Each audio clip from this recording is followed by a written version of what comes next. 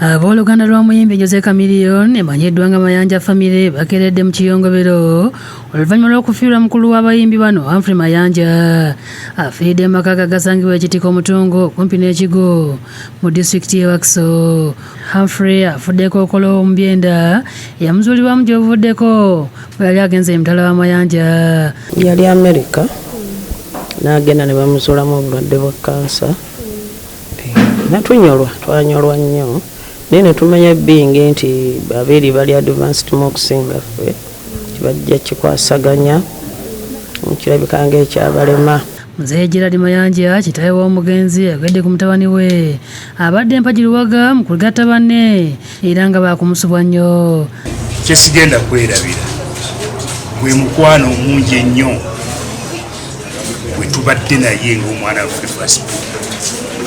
Ategeeza ng'omulambo we gutwaliddwa mu maka gakola ku by'okuziika ng'ebalinda abooluganda abalala abakyali emitala wa Mayanja.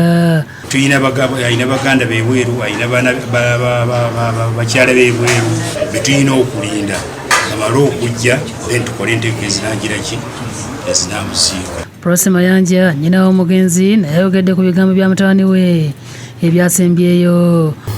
Wadde ngamba nkooye onsabire naye nkooye I'm going to die mama.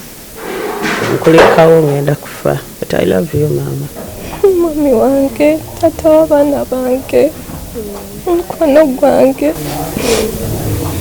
Abakungubazi abalala bazze mu lumbe mbadde Moses Sali amanyiddwa nga Bebe Cool ssaako Shamim Malendo mbaka omukyalo wa Kampala ng'ono ayogedde ku mugenzi ng'abadde akolaganika naye kubanga baakula bonna. Tukuze nabo Humphrey yali akanika amasimu ne muganda wange Kaya Hassani awo nga basiiba waka era bwe twogera ku Humphrey Mayanja nze Shamim Malende njogera nga ndaba nti ddala alinga muganda wange n'olwekyo tufiiriddwa nnyo, tufiiriddwa owooluganda, tufiiriddwa ow'omukwano.